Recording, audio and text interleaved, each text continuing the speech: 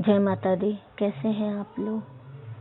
आज नवरात्रि का 2020 का नवरात्रि का मैं वीडियो बना रही हूँ। आप लोगों को कलश स्थापन बता रही हूँ। 6:23 से लेकर 10:30 तक का है।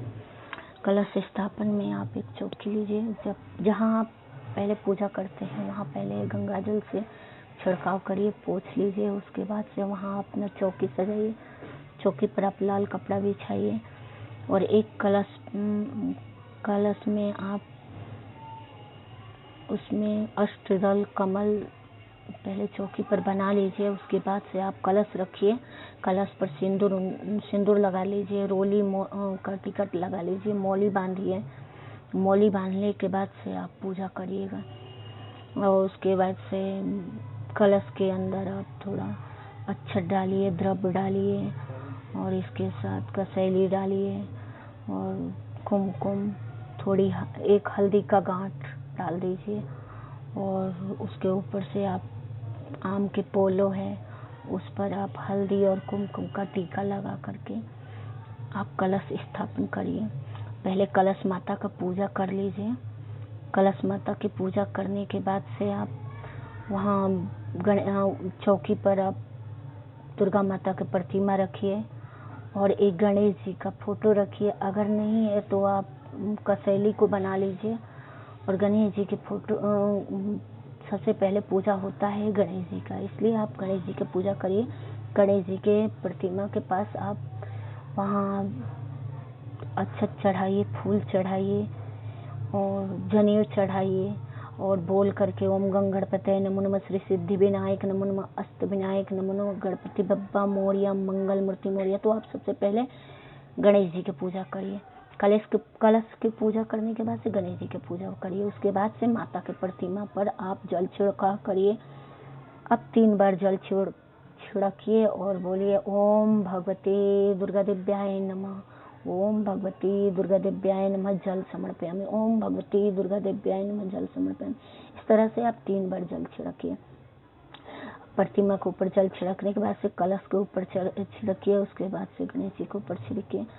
उसके बाद से आप क्या करिए कि प्रतिमा के ऊपर से आप फूल माला चढ़ाइए, थोड़ा पुष्प चढ़ाइए। ओम भगवती दुर्गा दिव्याय नमः पुष्पम समर्पयामि, ओम भगवती दुर्गा दिव्याय नमः पुष्पम समर्पयामि। इस तरह आप पुष्प चढ़ाइए। उसके बाद से ओम भगवती दुर्गा दिव्याय नमः फूल समर्पयामि, नैवेद्यम समर्पयामि, ओम भगवती दुर्गा दिव्याय नमः। इस तरह आप करके आप जो भी चढ़ाइए दुर्गा जी के नाम लेते रहिए। और भक्तों एक बात है कि आप बोलते रहिए, जो भी पूजा करना है आप बोलते रहिए, क्योंकि माता जी की जब पूजा होता है तो चुप होकर के नहीं होता है, बोलते रहते हैं। अगर कुछ भी नहीं आता है तो आप ये जय माता दी करके करिए। आप सिंपल पूजा है, आप ऐसे करिएगा जय माता दी। इस तरह से आप कलश रखिए। उसके ऊपर से आप मोली बांधिए और पान पत्ता रखकर, पान सुपारी भी जरूरी होता है, वहाँ माता के पास रखिए। और जो श्रृंगार के सामान लाए होंगे वो भी माता के पास रख दीजिए। ओम भगवते दुर्गा दिव्याय नमः श्रृंगार के सामान चढ़ा दीजिए। उसके बाद से ओम भगवते दुर्गा दिव्याय नमः वस्त्रम समर्पयामि, ओम भगवते दुर्गा दिव्याय नमः दीपक समर्पयामि, ओम भगवते दुर्गा दिव्याय नमः नैवेद्यम समर्पयामि, ओम भगवते दुर्गा दिव्याय नमः जल समर्पण। इस तरह से आप जो भी चढ़ाइए माता जी के नाम लेते रहिए और चढ़ाइए माता जी के नाम लेते हुए।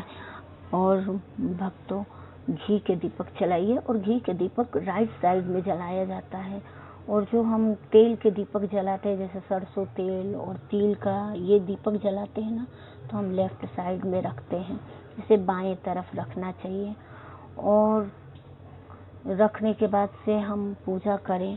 पूजा करने के बाद से आप देखिए जितना भी पूजा का सामग्री था मैंने आप सबसे पहले आपको दिखाया है, वही पूजा का सामग्री लगता है।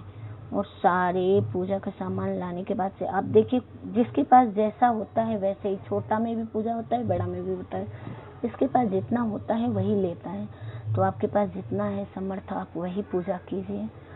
और माता जी की आप 8 दिन के जैसे व्रत कर रहे हैं 9 दिन के, तो आप फर्स्ट और लास्ट जो कर रहे हैं उसमें आप कलश स्थापना तो दोनों में करना चाहिए। जो 9 दिन के कर रहा है उसमें भी करना चाहिए, और जो फर्स्ट दिन और लास्ट वो अष्टमी का करता है उसमें भी करना चाहिए।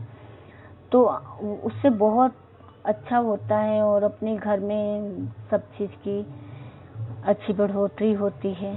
और हमारे घर में जो संकट आता है सब माता रानी सब संकट को कष्ट को हर लेती है, इसलिए हमें कलश स्थापना करना चाहिए। हाँ, कुछ लोग हैं कि जैसे आप काम करने वाले हैं तो आप काम में जाते हैं तो अपना घर बंद करके नहीं जाइए, आप किसी न किसी को रख लीजिए। अगर आपके पास टाइम नहीं है तो मंदिर में जाइए और पुजारी होते हैं उनको आप कुछ पूजा के पैसा दे दीजिए और बोलिए कि मेरे नाम से पूजा कर लीजिए, तो आपके नाम से वो पूजा भी कर लेते हैं। आप कलश स्थापना के कहेंगे वो भी कर देते हैं, अगर आपके पास टाइम नहीं है तो। अगर आपके पास टाइम है तो आप अच्छे से पूजा कीजिए पर घर बंद करके नहीं जाना चाहिए। और देखिए 9 दिन के व्रत में ये दीपक बुझना नहीं चाहिए अगर आप करते हो तो। लेकिन कई लोग करते हैं कि जैसे काम में बिजी हैं या उनके पास टाइम नहीं है, तो जैसे दीपक नहीं जला सकते हैं तो सुबह शाम दीपक जला सकते हैं। जैसे वो पूजा कर लिए 1 घंटे तो कम से कम दीपक सुबह में 1 घंटे शाम के प्रज्वलित करनी चाहिए। इसलिए आप दीपक को अगर आपके पास टाइम नहीं है तो सुबह शाम 1-1 घंटे दीपक जलाइए और भक्तों अच्छे से पूजा कीजिए और माता के पास प्रार्थना कीजिए कि हे मातेश्वरी, मैंने जैसे आप 9 दिन के व्रत किया है तो आप संकल्प लीजिए, हाथ में ले लीजिए, द्रव्य लीजिए, उसके बाद से पुष्प लीजिए, थोड़ा सा अक्षत लीजिए और माता के सामने बैठ करके बोलिए जैसे मैं बोल रही हूँ, हे मातेश्वरी, मैं मीना दासी आपकी दासी, मैं ये 9 दिन के व्रत, यानी अब मैं 9 दिन के व्रत करती थी लेकिन इस बार नहीं कर रही हूँ क्योंकि कंचिका नहीं मिलेगी। अब कंचिका नहीं मिलेगी तो 9 दिन के व्रत ना जब तक पूजा करो और कंचिका को नहीं खिलाओ तब तक पूरा नहीं होता है। इसलिए मैं 9 दिन के व्रत नहीं कर रही हूँ, मैं पहला और अष्टमी का व्रत करूँगी। तो मैं इसी के संकल्प लूँगी कि मैं मीना दासी, मैं ये आपके व्रत माता आपके मन क्रम वचन से ये संकल्प लेती हूँ कि आपका पहला और अष्टमी 9 दिन तक का व्रत मैं अच्छे से ही रहूँगी और इसके दौरान मुझसे जो भी गलती हो जाए उसे क्षमा कर देना। हे मातेश्वरी, अपनी दासी समझ करके मेरे को क्षमा कर देना और मेरे परिवार और मेरे सब घर पर कृपया बरसाए रखना। इस तरह की आप पूजा कीजिए। फिर अपने ऊपर अपना तिलक लगाइए और अपने साथ जो बच्चे हैं उनको भी तिलक लगाइए, माता जी के तिलक लगाइए और माता जी के सिंदूर लगाने के बाद से आप उनको बिंदी लगाइए और जो भी लाए हैं सब कुछ चढ़ाइए। उसके बाद से आप माता जी को सामने बैठ करके बोले कि हे मातेश्वरी, हमारे जो देश में ये आया है विपत्ति की घड़ी, ये कोरोना का माहौल आया है, हे मातेश्वरी आप कृपया करो और इस संकट को दूर करो।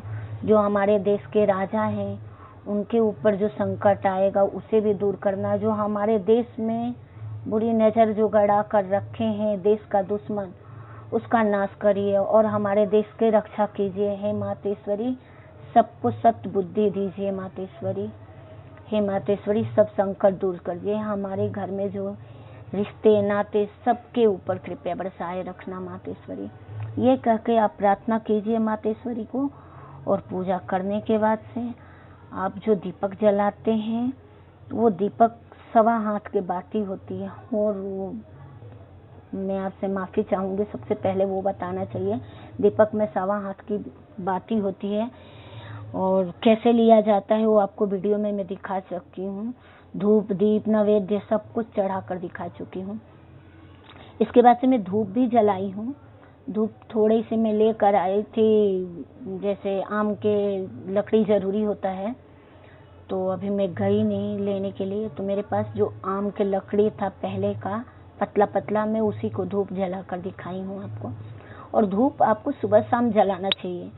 अगर आपको पास टाइम नहीं है तो सुबह सुबह तो ज़रूर जलाना चाहिए। जो मॉर्निंग होती है ना माता जी को ज़रूरी होती है, तो पूरा आप घर में दीपक जलाएं और बाहर भी दिखाइए, क्योंकि हर जगह निगेटिव इससे वो आती है, एनर्जी आती है। इसलिए आपको धूप दीप नैवेद्य सब कुछ के ध्यान रखते हुए हम और मातेश्वरी से आपको पूजन या अर्चना करने के बाद से माफ़ी ज़रूर मांगना चाहिए।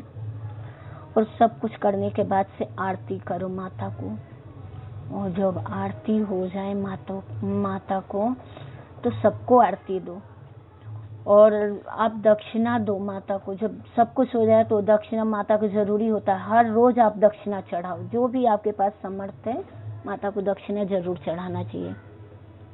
क्योंकि जैसे हम किसी को खाने पर बुलाते हैं और खाना खिलाने के बाद दक्षिणा जब देते हैं तभी हमारा वो फलित होता है, अगर दक्षिणा नहीं दिए तो हमारा व्रत फलित नहीं होता। उसी तरह हम माता को जो बैठाए हैं वो माता को दक्षिणा देना जरूरी होता है। हम माता को खूब अच्छे से घर को शुद्ध से रखना चाहिए और इन 9 दिनों में मांस मदिरा लहसुन प्याज कुछ भी सेवन नहीं करना चाहिए।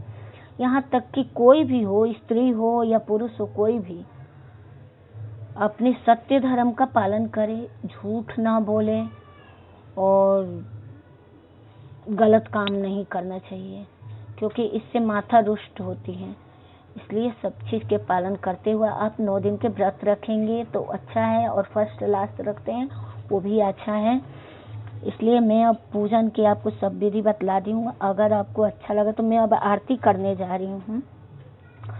और आरती में थोड़ी सी मैं बोलूँगी, ज़्यादा नहीं बोल सकती क्योंकि मैं थोड़ी देर बाद फिर से आरती करूँगी, इसलिए मैं थोड़ी सी मैं बता रही हूँ और मैं अपनी तरह से ये आरती गा रही हूँ। मैया शेर पे सवार हो के ओढ़े चुंदरी, मैया शेर पे सवार हो के जाके देखो वैष्णो माँ के पास लगा है जुड़ के मेला, लगा है जुड़ के मेला। मंदिर के भीतर जाके देखो फूटे नारियल गोला, मैया शेर पे सवार हो के ओढ़े चुनरी, वो दुर्गा शेर पे सवार हो के ओढ़े चुंदरी, ओढ़े चुंदरी हो मैया ओढ़े चुंदरी, मैया शेर पे सवार हो के ओढ़े। और भक्तों जब आप सब पूजा कर लेते हो तो बजरंग बली का पूजा करना ना भूलना, क्योंकि वहीं पर स्थापना होता है बजरंग बली के। सबसे पहले आप बजरंग बली के, गणेश जी की पूजा करने के बाद से माता की पूजा कीजिए, फिर आइए तो आप बजरंग बली की पूजा कीजिए और आरती कर लीजिए। धूप दीप नैवेद्य सब कुछ करने के बाद से भक्तों आप जब दुर्गा जी का पूजा कर लीजिए, आरती कर लीजिए और अचवन्यम करने से पहले आप थोड़ी माता से थोड़ी दूर आगे बढ़ करके आप भैरव जी की पूजा जरूर कीजिए, क्योंकि आप भैरव जी की पूजा नहीं करेंगे तो ये व्रत सफल नहीं होगा।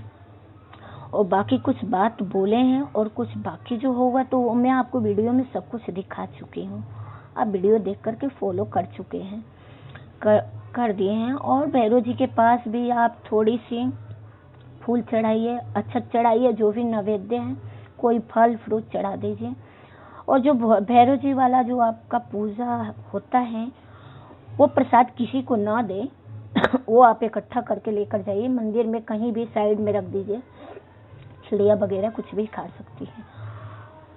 और इसी के साथ में ये पूजा कर 3 बार अचवन्यम करा दे रही हूँ। ओम भगवती दुर्गा दिव्या नमः अचवन्यम सुमन। और ये पूजा के दौरान आप भोले बाबा का जरूर नाम लीजिए, ओम नमः शिवाय, ओम नमः शिवाय, ओम नमः शिवाय, ओम नमः शिवाय, ओम नमः शिवाय।